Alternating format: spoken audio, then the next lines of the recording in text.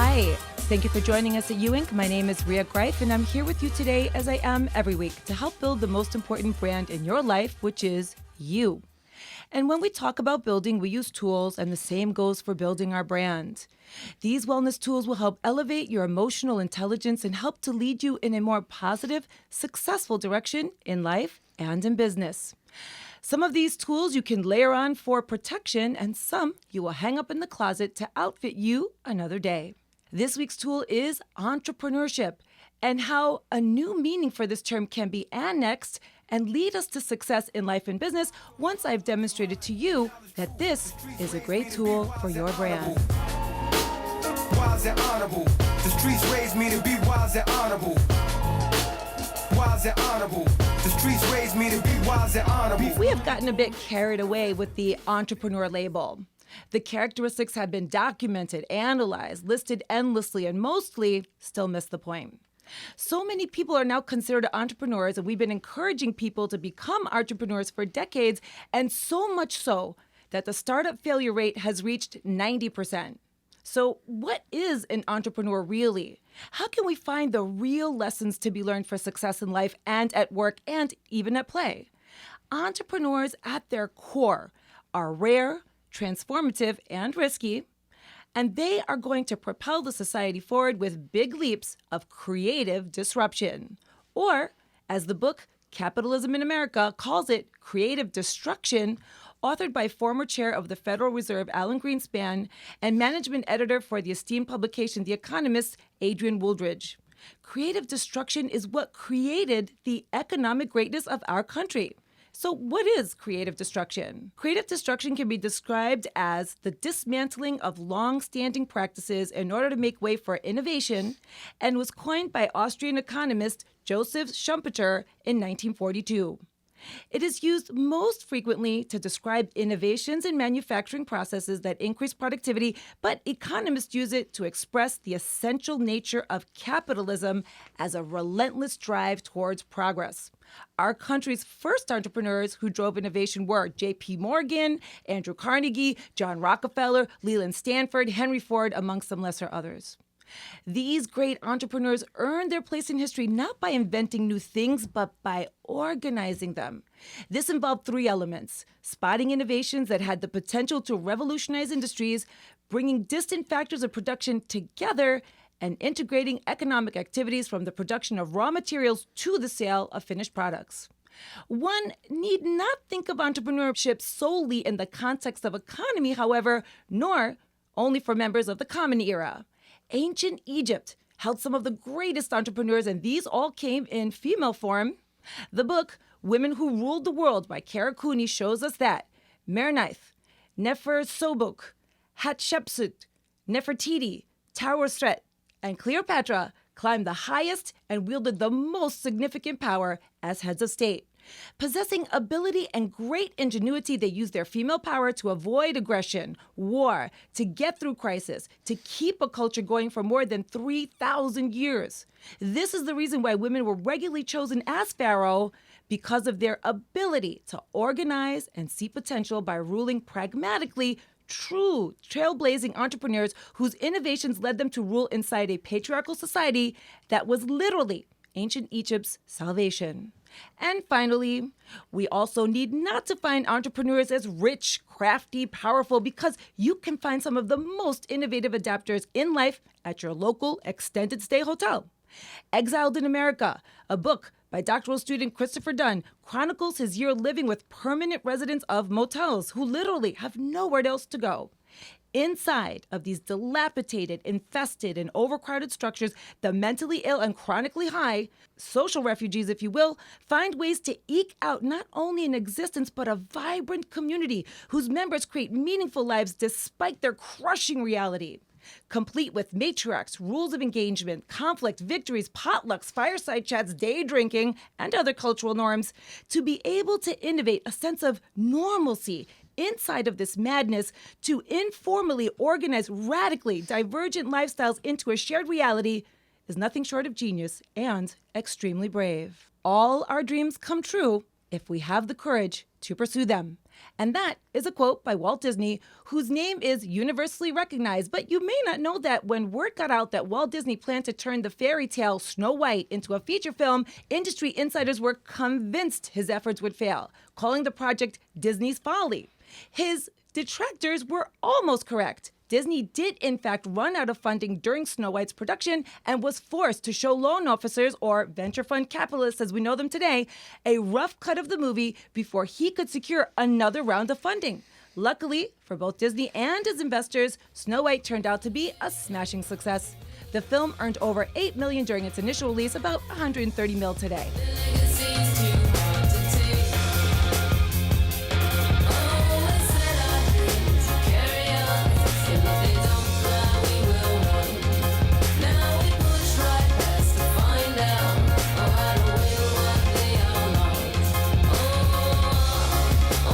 Our guests today can't vote, can't purchase alcohol or cigarettes, can't serve their country, they can't donate blood, they can't work full-time, they can't play the lottery, can't apply for loans, can't get piercings or tattoos, can't sue you, can't get married, or even buy fireworks, in most states in the United States anyway. But what they can do is embody the entrepreneurial spirit and take risks and organize resources and create something new and inspiring to others. Today, we have with us Joshua Greiff and Matt Weis of Unbound Apparel and budding journalist Ben Belinger here in Studio A. They are friends, under the age of 18, all students at Olentangy Liberty High School, and aspiring captains of their industry. Welcome, guys. Hi, it's nice to be here. Hey, great. So, and thank you for the hoodie, by the way. It's really great. It feels really good. Thank Is you. this your guys' first radio interview? Yes, it is. Okay, all right. And so I have a question totally from left field. Do you guys listen to radio anymore? And we're not going to take this personally because, no, we're here at radio, but, everything's podcasted these days. You can listen via the TuneIn app. You can even live stream like we do here at WCB.org. But I'm curious, do you guys listen to actual FM radio? Honestly, I do in the morning. Every morning, I Okay. listen to Dave and Jimmy on the way to school. All right. It just gets my blood flowing. Okay. And gets me ready for the day. Okay, thanks, Ben. Okay. I don't. Okay, all right. Sometimes when my phone's dead and I can't play music, I'll listen to the radio. Awesome. Yeah, that's about it. All right. Well, it's good as a backup Yeah. also, right? Okay, great. All right. So, Josh and Matt, you started Unbound Apparel Company a little over a year ago. And according to your About Us description on your website, the idea for Unbound transpired from a simple conversation between two friends about the fashion industry and the world around us. Unbound is a brand that strives to inspire today's youth to create something meaningful. Our brand is all about breaking barriers and escaping from societal pressures to do things a certain way.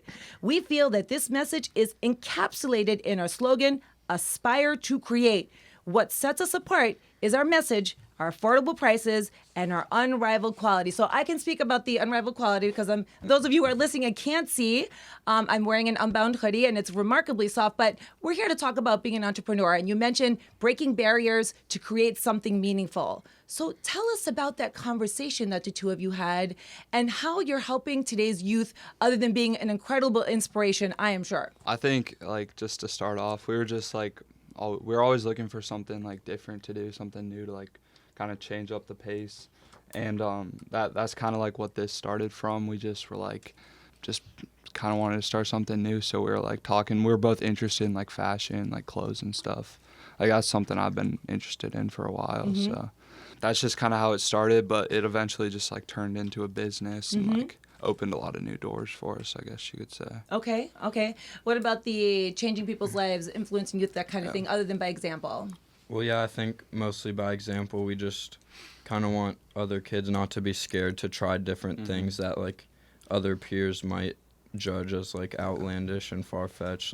We've gotten our fair share of criticism from, kids in our grade just saying it's, stupid. And but we just keep going, and we want, the minority of kids that want to create something to be able to do that.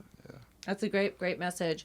So how do you handle it when people coming at you and they say things like you're stupid, you're dumb, it's not going to happen, blah, blah, blah, blah. How do you handle that kind of stuff?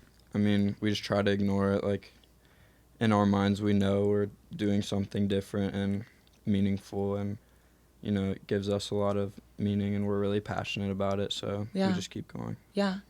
And do you like turn to someone for support when you're feeling like down? Is there someone like you can turn to and talk to? Is that you, Ben? Yeah. Okay. Okay. So you're kind of like their supporter. Tell us a Yeah. little bit about some of the things, the concerns they come to you with, and how you handle it, and how you kind of pep them up. So I think what they're doing is really cool. Personally, I see at school people these two get a lot of hate from what they do, but people at our school they like just try to fit and try to be as cool as possible, and they're doing something totally different that nobody else is doing, and I like support that. Like, I'm kind of in the same boat. Like, I get criticism. I do podcasts at my school for the school paper, so we're all in the same boat right here. We have each other's backs, and like, if criticism comes, we just back each other up. You know, it's so funny that, you know, from an adult perspective, I would have thought people would be like, oh my God, you're so awesome. What you're doing is so great. That's what I would have expected. Yeah. It's a totally different show to try and figure out why at that age we tend to put people down as opposed to the opposite. Well, that's what we see a lot from like adults and stuff. They're super supportive, but then like kids our age are kind of just like, I mean, there are some that are supportive, but I mean, definitely a lot are, but there's still a lot that are just like saying it's dumb. And I think like, it's kind of just like before you like become big or like you get famous or whatever, it's like stupid. But as soon as it like you're successful, then everyone thinks it's super cool. So it's just like. Yeah, I heard this quote from someone who was a vet that said, you know, when you're getting a lot of fire, when you're getting a lot of heat, that means you're right over the target. So I've always, whenever I heard that, I'm like, okay, that'll keep me going. So you guys are right over the target. You're in a good place. Okay. All right. So you guys decide to do this. So what was the reaction you received from your parents? I know you said other adults were super supportive, but as we mentioned in the bio, you guys are under 18. You really don't have complete autonomy yet. You need parents to support you, open accounts, file for an LLC, etc. What was the reaction you received, and how did that help or hinder your entrepreneurial efforts? Because I want parents out there who are listening to consider being supportive of these kinds of endeavors. What was your parents' reactions? I mean, at least my parents were really supportive of me, and like thought it's really great that I'm not just like sitting around the house all day and doing something different and trying to like make something out of my life. Okay. And then what about you? Pretty much the same thing. Like, my mom's definitely my biggest supporter. She's bought like everything I really? came out with. Oh, that's great. She's like, give me every color, and like she loves it. That's so awesome. It's inspirational, I guess. Okay. And then did you guys also hit them up for money? Because I'm curious. I have to know. No seed money. So maybe that helps being supportive when you're not asking them for seed money, right? Yeah. So you guys put your own money in this, then your own private money that you believed in it. Okay. And then what about you? How about like for your podcasting that you do? Was that something that you had to convince the school leaders about that? So we took a field trip to Otterbein earlier in the year, and we took a class about how like journalism is changing, and it's going from paper to like in the cloud and stuff. Yeah. And we came up, me and my buddy Chris Schutrum, who I do the podcast with, we came up with the idea of starting a podcast for the school because it's never been done in our school in the like 15-year history. And in the beginning, everyone thought of it as a joke, but as it went on, people started to support us more, and that just gives us like a reason to keep going. Right. And you know, I didn't realize that you were doing a podcast, so if you want, after we're done here today, I can tell you any of the pro tips you want to do. Oh, I would love that. I definitely need it. I'm an Airbnb experience host for podcasts, so I would be happy to share all that stuff for you. Thank you. Okay, be my pleasure. Okay, so it really meant a lot, because do you think that if your parents had said, oh, you know, you gotta prepare for college, you gotta study for your exams, and blah, these things, do you think that would have stopped you? I mean, I don't think so, but it would have we would have hesitated a little bit more. Sure. We needed like a push at the beginning to like Right. really get us started, because it was like a risk, like you got to put money into it, and like, so that kind of like their support just helped us like go all in. Sure. I mean, it's like that kind of that tipping point, right? Yeah. For sure. Okay.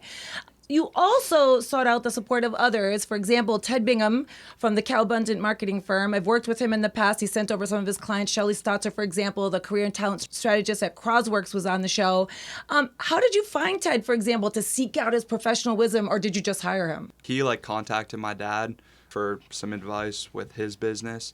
And basically my dad just was like, I think you would love this guy. Like, you should talk to him. So my dad kind of like put us together. Your dad contacted him for his business? No, like the other way around. Ted. Yeah. Like my dad's company, so he was like working with my dad. Gotcha. And then my dad was like, this was at the same time when we were kind of starting. And Okay. So my dad was like, "Hey, you should talk to these kids." Yeah. And he agreed. So. And he actually, Yeah. Ted actually even emailed me and said, you know, you got to hear these kids' story and stuff like yeah. that. So yeah, also he was also very impressed by you Yeah, guys. he's awesome. Okay, lots of supporters. Okay, so I want to talk about social media for a moment, and it's been my experience, sadly, I might add, that you need to market heavily in social media in order to gain attention, recognition, sales. And for those who are budding entrepreneurs themselves who might be listening, tell us some of the lessons that you've learned and some recommendations that you have, if you don't mind, and we'll kind of like break it down. We're not asking you guys to be the end all everything, just whatever little tidbit you have, but break it down by each platform. So Facebook, something that you've learned and maybe a recommendation that you have based on your experiences with Facebook.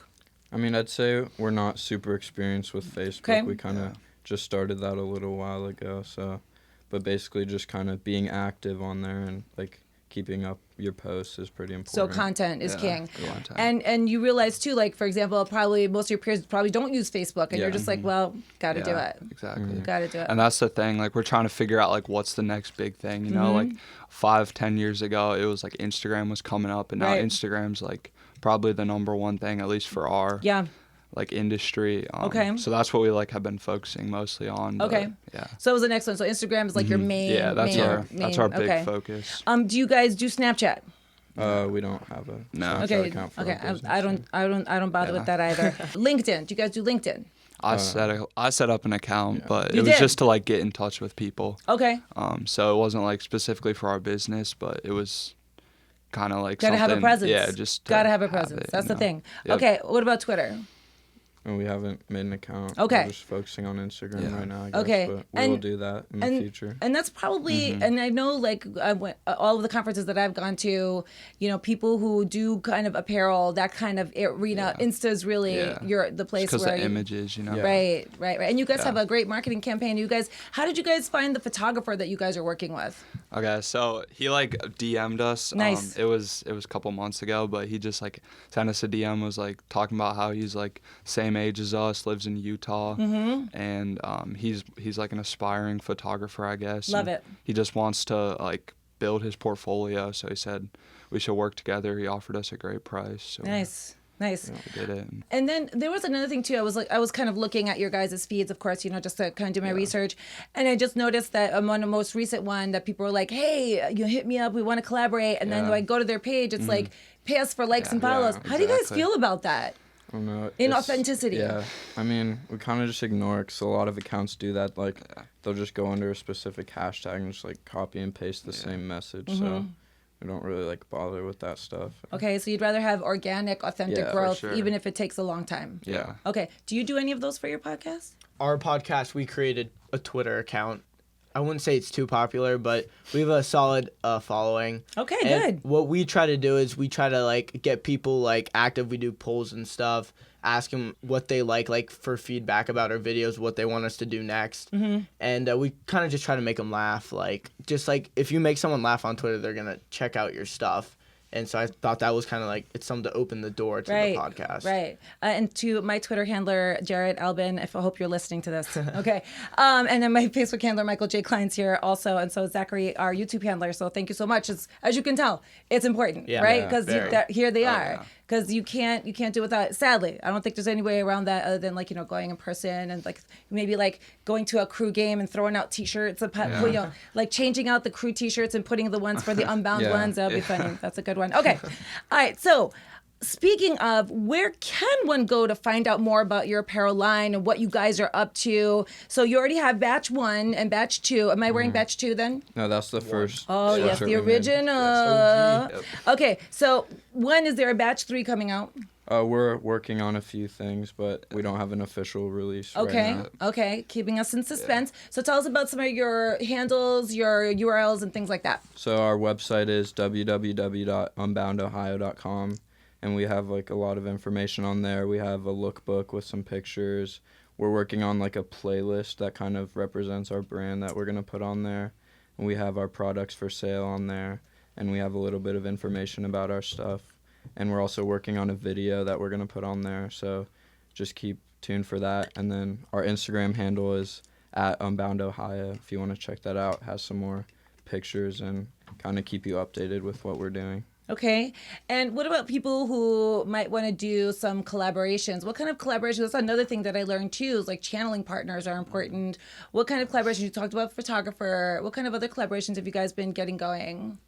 You have a model that you're working with, right? From what I understand. The photographer has connections with a few models, and we've been working with them, and they kind of post on their page and like tag us, so that gets us some traffic too. Okay. Sure. And are you guys going to be doing any selling around town at all? Any events coming up that we might be able to find you? Yeah, so I mean that's like the next thing we're trying to like get some in-person stuff because right now Instagram's like it's good, but like you got to build that, so that takes time. Yeah. So we're trying to focus on like some new ways to market like in person. We're gonna try to like go to some events and maybe like sell on the street or whatever. Yeah. People do it all the time. Yeah, whatever. Yeah. What's the worst they could do? Yeah, we had an idea actually, like maybe going to Confest, and we were gonna bring like a cooler full of like water bottles and like sell them, because that's not illegal without a vendor's license. Yeah, I think it's illegal just to like sell like T-shirts on the street. But you can sell water, so we were gonna do that and maybe like hand out flyers with them, and kind of. Or stickers. Yeah, like some vinyl stickers. We just ordered some stickers, and those will be available on our website. Did you get vinyl ones and not paper ones? Yeah. Okay, good, because I learned my lesson the hard way on that. 250 stickers There you coming go. soon. All right, all right, we'll very be handing good. those out. What corner are you guys gonna be? I guess we have bottles and We'll be everywhere. All right, good. We'll keep an eye out for you for sure. Okay, so I mentioned earlier that I wanted parents to be supportive of entrepreneurial endeavors of their children, because clearly they are, for the most part, a make or break a lot of the times for a young entrepreneur. What has this endeavor taught you guys, and I want to break it down, about yourselves, about your work ethic, about the business, and your vision of your future? What has this taught you about yourselves? I mean, I think it showed us that we're not afraid to like step outside of boundaries that are kind of like imaginary boundaries that have been created by like our peers and people of our generation, where you just have to like be cool and like fit in and just not do anything different. Great.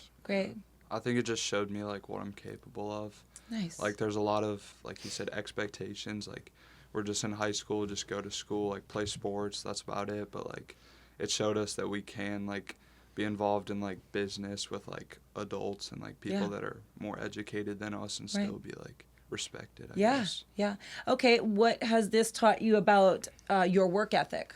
I mean, I think it's been tested at times, but I'd say it's still pretty good, and we're still striving to be better every day. Sure. It's just like every single day we gotta like work, and that's just consistency and So 24/7 gig. Yeah, exactly. It really like, is. As soon as we kind of just don't do anything for a few days, we're falling behind. Yeah. So it's like always got to keep Got to get on it. Yeah. What about the business? What have you learned about the business? Either the apparel business or just selling or something like that? I guess this is like entrepreneurship in general. Yeah. But I think it taught me that it's just like all about passion. So like if you're not passionate about the industry or the subject, then you're not going to be able to be successful. And that's like what you said, 90% of startups fail. That's because people want to be entrepreneurs. Right. But they're not like actually willing to put in the work. Yeah. And I think you can be a hard worker, but you have to have like passion for it in order to. Because it doesn't feel as much as like work either. Yeah. It's like, I'm having a good time while I'm doing this too. Because it starts out really good, like everything's going well and you're like feeling good, and then it slows down. Yes, It's like if you're not passionate about just like creating, then like you're not gonna be able to like stick with it. That's right. Anything you want to add about the business aspect of what you learned? I mean, I think we've just been learning a lot about like marketing and different strategies, and like more the technical side, like tracking our expenses and stuff like that. Okay, and then finally, your vision of your future. How has this changed your vision of how you see yourself in the future?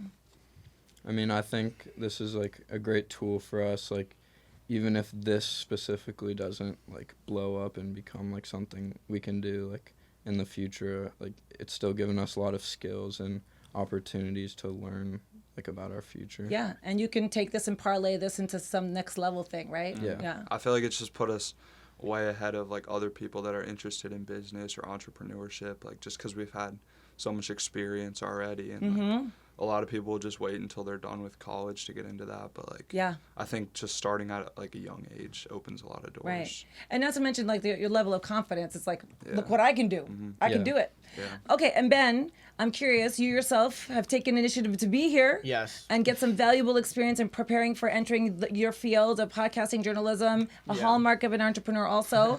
And sitting here listening to Josh's and Ben's story, and I'm sure you've heard it before than here today because you guys are so close. Yeah. And them sharing the impact of the experience of starting an apparel company that it's had on them personally. I wonder, what impact has this had on you as a peer watching your friends go for it, so to speak?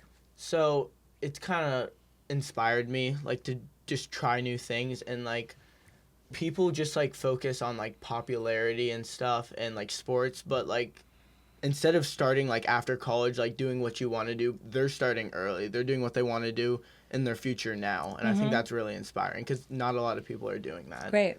And so are you. Yeah. And then we'll hear more from you when we get to the person on the street Yeah. segments.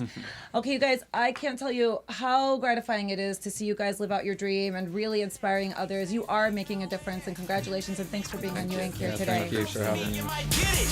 We ain't supposed to be here. Never thought we'd see it. Now we live in proof. Tell the world. I'm supposed to be dead in jail right now. Congratulations.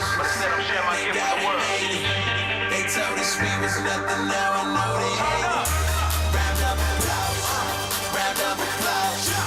Congratulations. And now a word from our person on the street. Okay, so Ben, you've been observing here in Studio A, and now it's your turn. The audience wants to know, what are your thoughts on entrepreneurship? What are my thoughts on entrepreneurship? Okay, well, I think it resembles America. Like, that's what we're based off of. We're based off of starting new things, getting ahead of everybody else, and I just think that's really cool. I think it builds new areas, like, for us to go off on, and, yeah, that pretty much, like, it's just inspiring. Like, Okay. just the whole idea of it. Okay, and then tell us your podcast. What is your podcast now again? What's the name of it, and where can we find it? So it's kind of a goofy name. Sure. It's called Sporting Around. It consists of me and my buddy Chris, and we have guests every week with our producer Preston Oliver, and we try to just take like the different takes on sports that people aren't looking at. We try to do a little bit of comedy because that's who we are. We try to be funny guys. We love sports, so that's why we do it. So you can find us at Sporting Around on SoundCloud. Okay. It'd be a huge help if you guys followed. Thank you. Okay, thank you. All right, well, that's it. Thank you very much.